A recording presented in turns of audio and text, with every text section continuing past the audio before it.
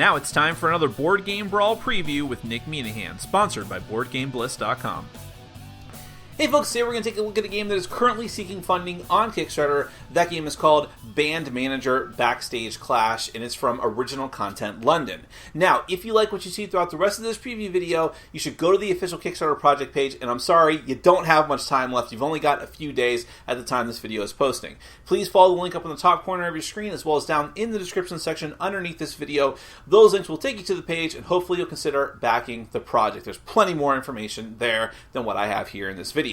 Now, Band Manager is a game where, as the name implies, you are taking control of a up-and-coming rock band, or not necessarily rock, but any kind of different musical band, gospel, roots, whatever the case might be. But in any case, you are building this rock band. You have to get the gear, you got to do promotions, you got to figure out the genre of music you want to do, and what you want to do is get fans. That's the ultimate goal of the game, is to get as many fans as possible. When you get to 27 fans, you automatically win the game, 27 or more fans. But that's easier said than done. You need to get all these different items together and make sets and try to build out a tour. But sometimes you're not going to be able to do it on your own, and you need to ask for help, and that's where the game gets interesting.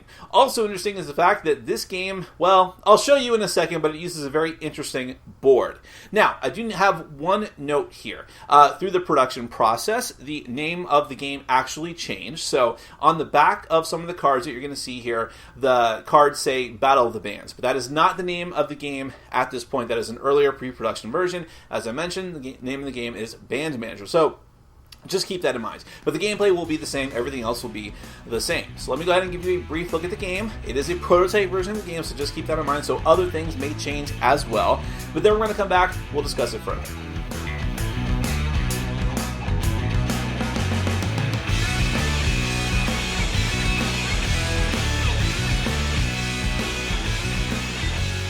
Band Manager Backstage Clash is a competitive game for 3 to 5 players.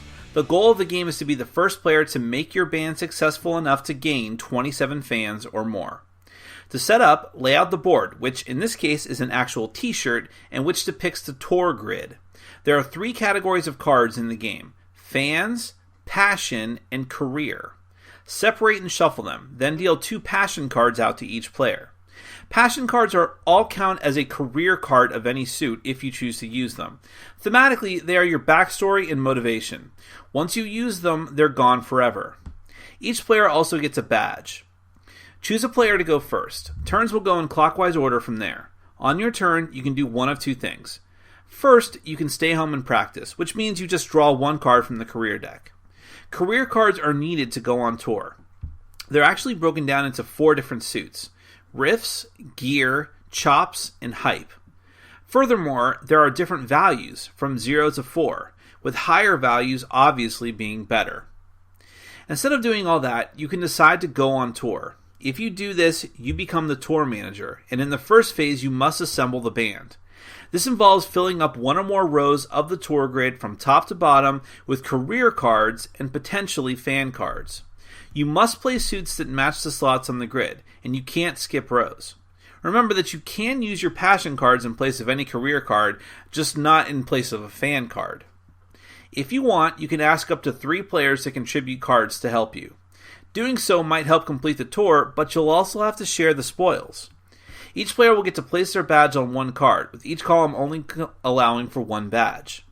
You'll get to keep that card at the end of the step, even if you didn't originally play it down. This also determines the order of how spoils are divided up. Speaking of that, the spoils you and potentially your helpers get are determined by which spaces on the board you used. Some of the slots produce fan cards, some produce career cards, and the fan slots themselves do nothing.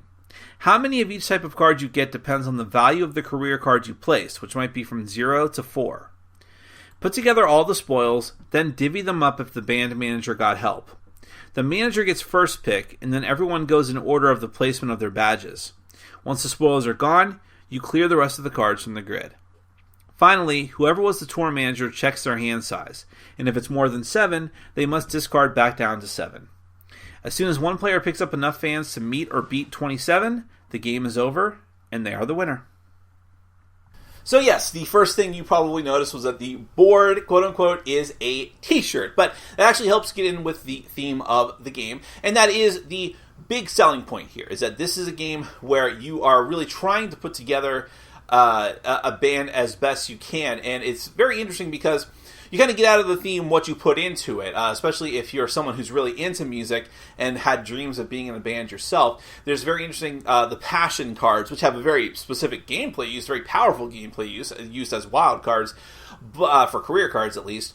But they also can give you a little backstory about what your band, how they actually started, or how what motivated you to start yourself on this path to begin with. And the rules even say you should tell a little bit about your band and name your band and all of these different things. So you can really get into the theme of this game, and it's really helped out by the large, so there's cards of all the different suits, and technically they all do the same thing. So like every green 0 card does the same thing, but every card has a unique image on it. And they're all of all the different genres and all the different pieces of gear. And so it's really interesting because the game just has a ton of variety of visual effects in it, essentially. And that really helps with the theme as well. The gameplay itself is very interesting too, because you're trying to, it's like set collection in a sense. You need to make sets of cards. But that's really hard to do on your own. You need to get help from other players at some point, and that's where the negotiation aspect of the game comes in, because now it's like, okay, you get some leeway as the tour manager if you start the tour and ask for help, but not totally. You're still going to have to only, you can only put your badge on one card, and sometimes by putting it on one that's further down the rows, you're giving up power later on just to get a card that you really want. But the other players are going to be taking spoils as well. And so you have to come to grips with that, knowing that you might be setting them up for a better play later on, but you need to worry about yourself now and getting as many fans as possible. But that's easier said than done too. You need to build up career cards for later too. So it's interesting, like where you play the cards and the cards that you choose to go after, and so on and so forth. So there's, despite the fact that it's a simple game to learn, it's easy to learn, fast to play, fast to set up. But despite that, there's still a lot of decision-making in the game, things for you to worry about, which means that it's good for casual gamers, but it's also good for people who are used to who are more experienced and used to harder to learn games. So it's kind of in a neat niche between those two broad categories of people. And it's good for music lovers as well. So if you fall in any of those categories and you want to learn more, you should definitely, and again, quickly go to the Kickstarter page. There will be a link up in the top corner of your screen, as well as down in the description section underneath this video. Those links will take you to the page. You can find out more information and hopefully consider backing the project. That is Band Manager Backstage Clash from Original Content London. Thank you so much for watching and for supporting our sponsors. Take care. Thanks for watching. Follow us on Facebook, Twitter, and Patreon. And make sure to check out our sponsor, Board Game Bliss, where you can find an amazing selection of games from around the world. BoardGameBliss.com. Thanks for your support.